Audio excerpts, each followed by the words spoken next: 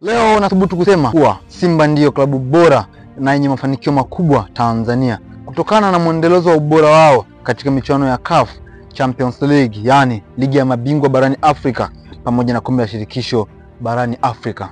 Kwa ufafanuzi kidogo, Simba imecheza robo finali ligi ya mabingwa mara 4 na kombe la shirikisho mara 2. Msimu wa 2021-2022 katolewa na Orlando Pirates ya Afrika Kusini. Na mwaka 2024-2025 ambapo Simba imefika hatua ya finali ikacheza dhidi ya RS Berkane ya Morocco, ambapo finali ya kwanza ilipigwa nchini Morocco katika manispaa ya Berkane. Ikapoteza kwa mabao 2-0 na mchezo wa pili ulipigwa uwanja wa Amani Zanzibar kutokana na maboresho ya uwanja wa Benjamin Mkapa yaliyokuwa yakiendelea.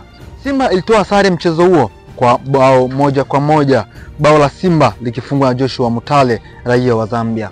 Kwenye aggregate ikasoma 3-1, finali ambayo Simba aliondoka na machungu makubwa mno, maana matarajio yake yalikuwa ni kubeba ubingwa huo. Haikuwa mara ya kwanza Simba kupoteza finali ya CAF, ambapo Simba ilicheza mara ya kwanza mwaka 1993. Mechi hiyo ya finali ilimlazimu mnyama kumaliza akiwa pungufu kutokana na kadi nyekundu ya kiungo wake Yusuf Kagoma. Kwa upande wa klabu bingwa, mpaka sasa Simba imecheza robo finali mara 4 bila kuvuka hatua hiyo. Msimu wa kwanza alitolewa hatua hiyo ya robo finali na TP Mazembe ya DRC Congo na kumsababishia kutovuka hatua ya nusu finali. Msimu huo ulikuwa msimu wa 2018-2019 na 2020-2021 walitolewa na Kaizer Chiefs ya nchini Afrika Kusini kwa kufungwa mabao 4-0 kule kwa Madiba, lakini uwanja wa Benjamin Mkapa Simba alishinda goli 3-0. Hivyo kwenye aggregate ikapelekea Simba kutokwenda hatua inayofuata.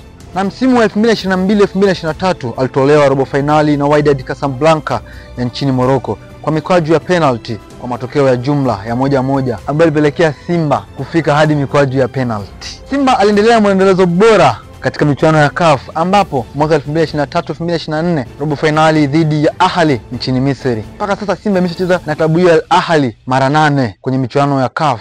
Simba ameshinda mara 2 na amedroni na timu hiyo mara 2, lakini Al Ahli ameshinda mara 4. Ndani ya mechi hizo 8 Simba amefunga mabao 12 na Simba akifunga mabao 5 pekee. Asante mnyama kwa kutuwakilisha vyema katika michuano ya CAF.